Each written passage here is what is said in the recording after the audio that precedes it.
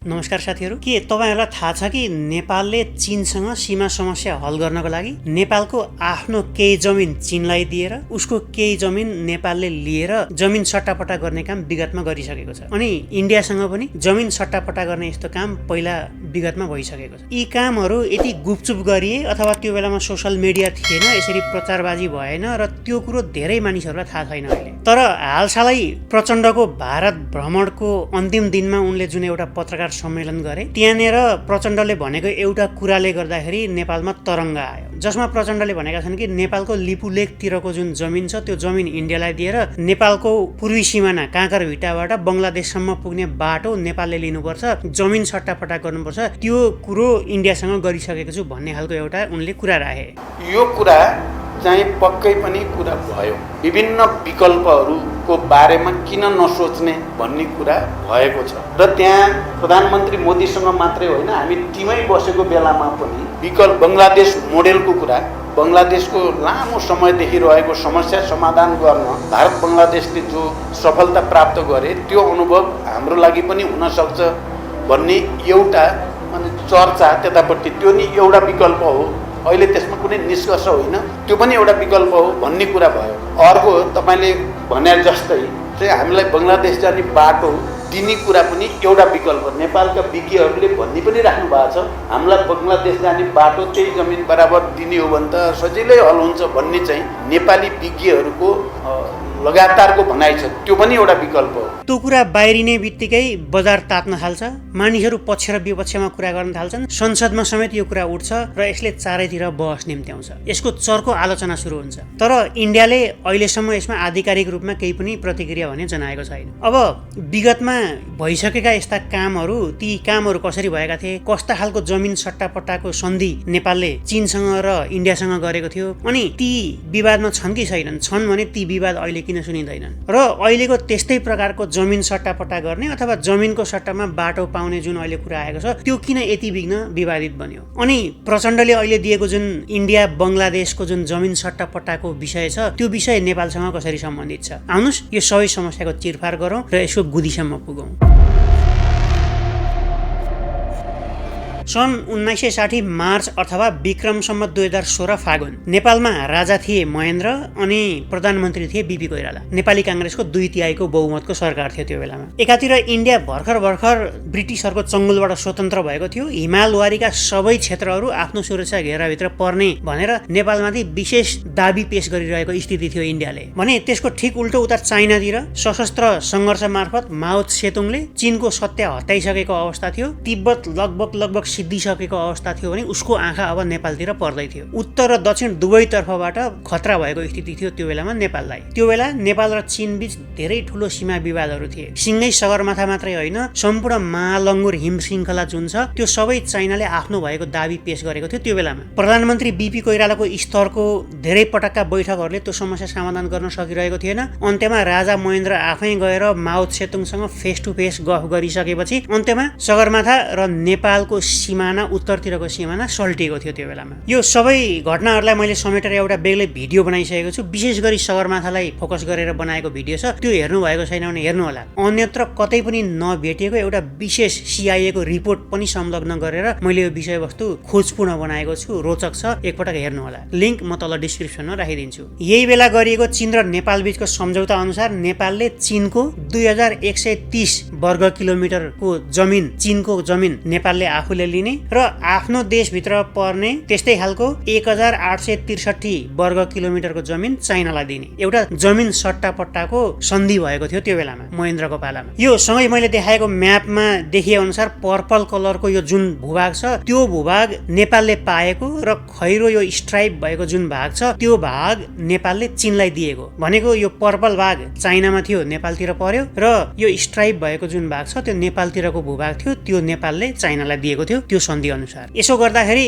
त्यहाँका स्थानीय बासिन्दाहरूको देश नै परिवर्तन भएको थियो। यसरी ती देश नै परिवर्तन भएका स्थानीय बासिन्दाहरूलाई कुन देश रोज्ने र कुन देशको नागरिकता लिने भनेर 1 वर्षको समयावधि तोकिएको थियो। यसरी नेपाल र चीनको बीचमा सीमा समस्या जमिन सट्टापट्टा गरेर गरिएको थियो त्यो बेलामा।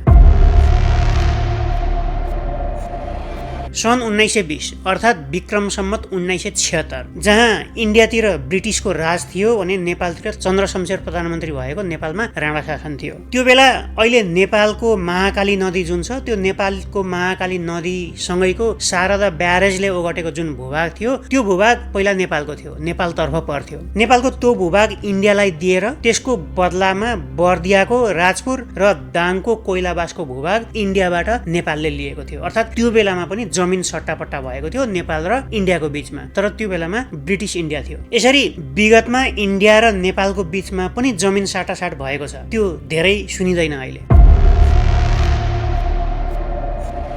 अब सन् 2015 हिजो अस्ति भर्खर इन्डिया र बङ्गलादेशको बीचमा यस्तै एउटा जमिन सट्टापट्टाको सन्धि भयो। यी दुई देशको बीचमा वर्षौंदेखिको एउटा इन्क्लेभ ल्यान्डको विषयमा दुई देश बीच लडाई नै पनि भएको थियो, धेरै ठुलो दुश्मनी र झगडाको कारण थियो। इन्क्लेभ ल्यान्ड भनेको यो चित्रमा देखाएको जस्तै एउटा देशको भूभागभित्र अर्को देशको एउटा जमिनको टुक्रा पर्ने, त्यसलाई इन्क्लेभ ल्यान्ड भनिन्छ। बङ्गलादेशभित्र इन्डियाको जमिनको टुक्रा पर्ने अथवा इन्डियाभित्र बङ्गलादेशको जमिनको टुक्रा पर्ने जुन क्षेत्र छ त्यसलाई इन्क्लेभ ल्यान्ड भनिन्छ। यसरी इन्डियाको जमिनको 51वटा टुक्राहरू बङ्गलादेशभित्र परेका थिए भने 37,000 मानिसहरू त्यो क्षेत्रमा बसोबास गर्थे। त्यसैगरी बङ्गलादेशका 111वटा जमिनका टुक्राहरू भारतभित्र पर्थे र त्यहाँभित्र 14,000 बङ्गलादेशी मानिसहरू बसोबास गर्थे। यो वर्षौं लामो विवाद समाधान गर्नको लागि दुवै देश मिलेर संसदबाटै पास गरेर आफ्नो आफ्नो संविधान पनि संशोधन गरेर ती टुक्राहरू एक आपसमा साटासाट गरेर सीमा विवाद सुल्झाएका थिए। त्यसरी एउटा देशबाट अर्को देशमा गाभिएका जुन जमिनका टुक्राहरू छन् त्यहाँ बस्ने मानिसहरूलाई 1 वर्षभित्रमा कुन देश रोज्ने अथवा कुन देशको नागरिकता लिने भनेर समय तोकिएको थियो। उनीहरूले आफू खुसीले जुन देशको मन लाग्छ त्यही देशको नागरिकता लिएका थिए त्यो ठाउँका मान्छेहरूले। सायद एसियामा नै यो सबभन्दा पछिल्लो जमिन साटासाटको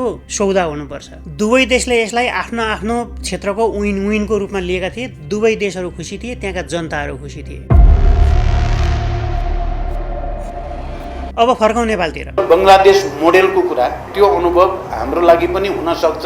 हामीलाई बङ्गलादेश जाने बाटो त्यही जमिन बराबर दिने हो भने त सजिलै हल हुन्छ भन्ने चाहिँ नेपाली विज्ञहरूको लगातारको भनाइ छ। त्यो पनि एउटा विकल्प हो। प्रचण्डले अहिले हालसालै भने जसरी नेपालले लिपुलेकतिरको जुन जमिन छ त्यो जमिन इन्डियालाई दिएर यता नेपालको पूर्वतिरको जुन काँकड भिट्टाको छ, काँकड भिट्टादेखि बङ्गलादेशसम्मको जुन बाटो छ त्यो बाटो, त्यो जमिन लिन सम्भव छ कि छैन त्यो हेरौँ। यो हेर्नको लागि यसलाई दुईटा एङ्गलबाट हेर्नुपर्ने हुन्छ हामीले। पहिलो यो म्यापमा हेर्नु होला, यता नेपालको झापाको काँकड भिट्टा, यता बङ्गलादेश। यहाँ बीचमा इन्डियाको सिलिगुडी कोरिडोर अर्थात् चिकन नेक छ। यो चिकन नेक जम्मा 20 देखि 22 किलोमिटरको मात्रै चौडा क्षेत्र छ। यसले इन्डियाको मेनल्यान्ड जुन छ त्यसलाई इन्डियाको उत्तर पूर्वी राज्यहरू जस्तै सिक्किम, आसाम, मेघालय, मणिपुर जस्ता संवेदनशील राज्यहरूलाई मुख्य इन्डियासँग जोड्ने काम गर्छ। यो चिकन नेक यदि बन्द हुने हो अथवा यो चिकन नेक अरू कसैलाई दिने हो भने इन्डिया दुई टुक्रामा बाँडिन्छ र मुख्य इन्डियासँग ती पूर्वोत्तर राज्यहरू जुन छन् तिनीहरूसँग जोड्ने अरू कुनै सम्पर्कको माध्यम हुँदैन। समुद्र भएर जाँदाखेरि पनि ती राज्यहरूसम्म इन्डिया पुग्न सक्दैन। यसरी आफ्ना ती पूर्वोत्तर राज्यहरूसँग जोड्ने एउटै मात्रै जुन जमिन छ त्यो जमिनमा इन्डियाको विशेष सैन्य उपस्थिति छ र त्यसलाई उसले अति संवेदनशील क्षेत्र भनेर छुट्याएको छ। अब नेपाललाई बङ्गलादेश जोड्नको लागि यही चिकन नेक भएर जानुपर्ने हुन्छ। यदि इन्डियाले लिपुलेकतिरको जमिन लिएर यो चिकन नेकको भूभाग नेपाललाई दिने हो भने इन्डिया दुई टुक्रामा बाँडिन्छ। अघि मैले भनिसकेँ यो कल्पना भन्दा बाहिरको कुरा हो। नेपालीकै नाताले हेर्दाखेरि पनि यो इन्डियाले डेफिनेटली गर्न चाहँदैन। अब प्रचण्डको त्यो भनाइलाई दोस्रो एङ्गलबाट हेर्ने हो र उनले त जमिन सट्टापट्टा गर्ने भनेको कहाँ हो त? उता लिपुलेकतिरको जमिन चाहिँ इन्डियालाई दिने तर त्यो बापत काँकरभिट्टादेखि बङ्गलादेशसम्मको बाटो मात्रै नेपालले माग्ने हो भनेर यदि प्रचण्डले भनेको हो भने त्यो झन्मूर्ख काम हुन्छ। त्यसका दुईटा कारण छन्। पहिलो कारण, भूपरिवेष्टित राष्ट्रहरूले नजिकैको समुद्रसम्म, समुद्र मात्रै होइन जमिनसम्म पनि पुग्न पाउने अधिकार हुन्छ, अर्को देशसम्म पुग्न पाउने अधिकार हुन्छ। त्यो सुनिश्चित गरेको छ संयुक्त राष्ट्रसङ्घको एउटा सन्धिले, जस अन्तर्गत यदि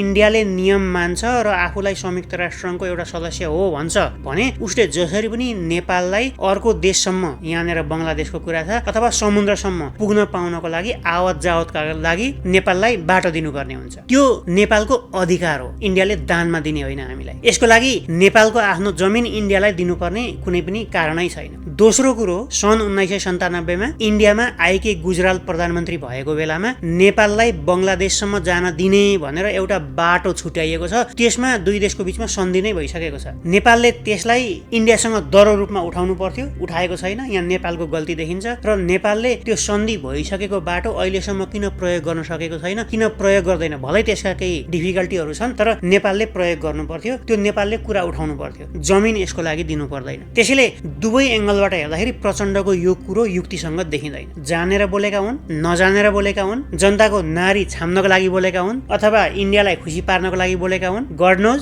तर यो गलत छ। यसै विषयलाई लिएर केपी ओलीले संसदमा यो कुरो भनेका छन्। यो एकपटक हेर्नु होला। बङ्गलादेश जाने बाटोसँग लिब्याधुरा लिपुलेख सट्टापट्टा गर्न सकिने खालका अभिव्यक्तिहरू सस्वर आएका छन्। बङ्गलादेश जाने बाटो या पार वहनको सुविधा सट्टापट्टाको विषय होइन, त्यो अधिकारको विषय हो नेपालको, र यसमा कुनै सट्टापट्टाको कुरा हुन सक्दैन। अब तपाईँलाई कस्तो लाग्छ, यसमा गल्ती कसको होला? इन्डियाले सम्झौता गरिसकेको बाटो नेपालले प्रयोग गर्न नसक्नु र दरो आवाज उठाउन नसक्नुको पछाडि के कारण होला जस्तो लाग्छ तपाईँलाई? त्यो एकपटक लेख्नु होला। अनि यो भिडियो आजको कस्तो लाग्यो त्यो पनि लेख्नु होला। यदि मन पर्यो भने लाइक गरिदिनु होला। सब्सक्राइब गर्नुभएको छैन अथवा नयाँ हुनुहुन्छ भने प्लिज सब्सक्राइब गरिदिनु होला। म अर्को यस्तै ज्ञानवर्धक, रोचक र खोजमूलक भिडियोहरू लिएर आउनेछु। त्यतिन्जेलको लागि मलाई बिदा दिनुहोस्। धन्यवाद, नमस्कार।